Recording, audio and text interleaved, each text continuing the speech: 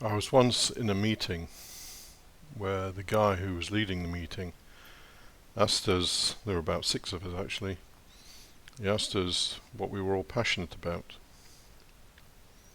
And one guy said sailing, because he had a small dinghy. Another one said dancing. Another one said cooking. Came to me, I said cigars. Sounds a bit pathetic in retrospect, but that's what I said. Because I do like cigars. But anyway, you heard the 6 of us say what we were passionate about, and then with a fairly serious face just looked at us all and said, "You're all wrong.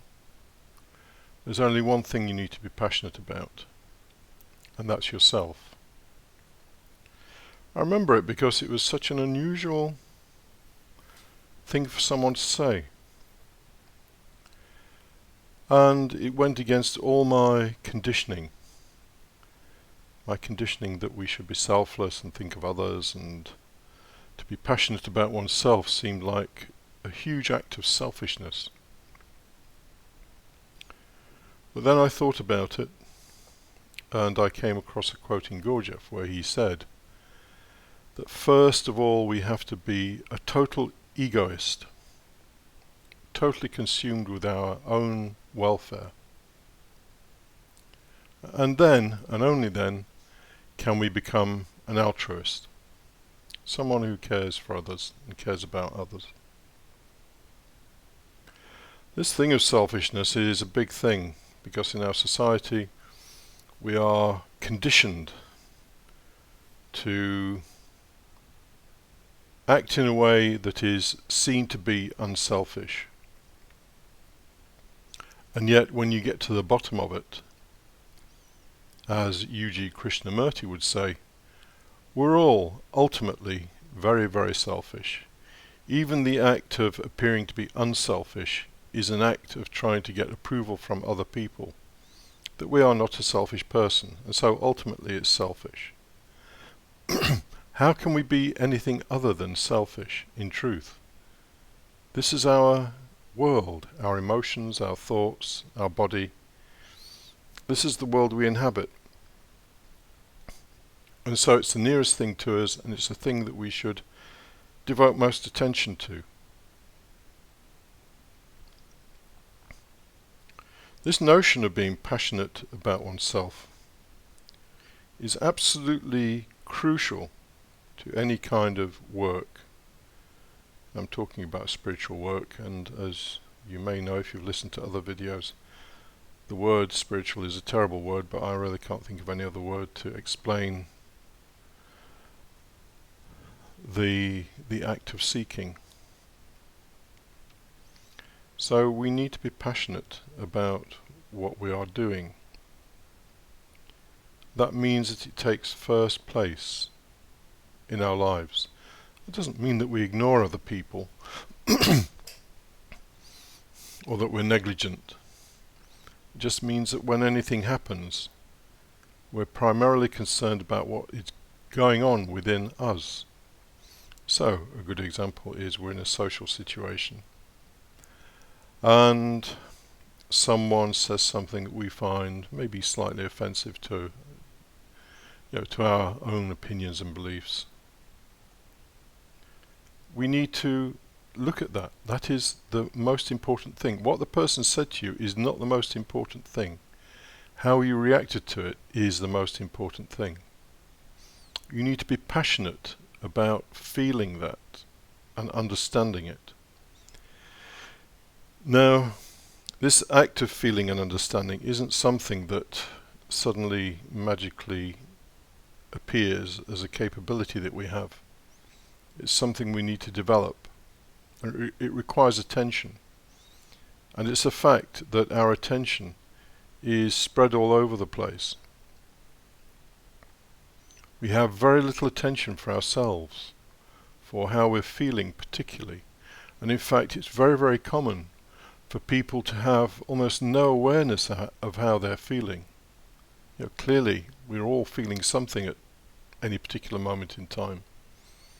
But to be aware of that, to give attention to it, is going against the flow of nature, if you like, because the natural tendency is for our attention to go outwards to what other people are thinking, to what we're doing, to some new fascination. Maybe we're buying a new car, or maybe we're going on holiday, or buying a new house, getting a new job.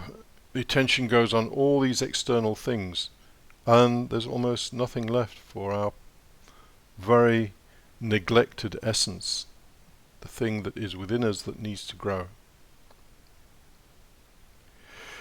Now, a great deal of attention, for most of us anyway, goes on other people, particularly seeking other people's approval. This is childhood conditioning. We clearly need the approval of our and love of our parents. And as children we dedicate a great amount of attention to detecting their moods and to what might please them and what might make them angry. And that conditioning is something we take with us into later life, looking at other people, seeing whether they are pleased with what we're doing or whether we're getting some level of disapproval. And all that attention goes outwards on this. The only approval you need is your own self-approval. Again, this is not something that you can magic out of thin air. Self-approval comes from a fairly long period of training. But it is the most blessed thing on earth not to be so dependent on other people's opinions and ideas. So, we need to be sensing our emotions. Why do I feel angry right now? Why do I feel anxious right now? And actually just acknowledging those emotions, because a lot of people can't even feel their emotions. The emotions are happening, but they just don't feel them. They're not aware of them. And if you ask them to put their attention on those emotions, then they'll just say, well, I'm not really feeling anything. But of course they are. And there are body-based exercises that help us get in contact with the emotions, because the emotions at the end of the day are a state of the body. The emotions are nothing to do with the mind. It's not quite true in actual fact, but pretty much the case that if we're going to feel the emotions, then we need to be in contact with the body. If we're not in contact with our body, then we don't have a cat in hell's chance of actually feeling our emotions. And our emotions are a barometer. They tell us how we are reacting to the environment. And you will find in a social situation that you will have a certain level of anxiety, seeking approval, looking for people to be maybe amused at your jokes, or for people to approve of what you are doing or the things that you're talking about. And if you get disapproval, then this will hit your self-confidence, which of course is a travesty. You really shouldn't be so dependent on external circumstances and other people's opinions. So emotions are one thing that we need to give our attention to. The other thing we need to give our attention to is our opinions and beliefs, because many of them work against us. You may have seen that I've produced some videos on pessimism. Now, these are a little bit tongue-in-cheek to some extent, but I am making the point that if you believe that everything you are going to do is going to be successful, then you are going to be disappointed. And you can't avoid that if you are an optimistic person. So we need to have realistic expectations. We need to have understanding that is realistic. We need to understand the nature of the world, and for it to be in accord with how the world really is, rather than the notions and the fairy tales and the dreams that we've been told as children maybe, or that we've picked up from Hollywood movies, or from reading novels, or from taking impressions from other people, whatever they are. This is all stuff of the personality. As Gurdjieff said, the personality is what is not our own. It's something we've taken in from the environment.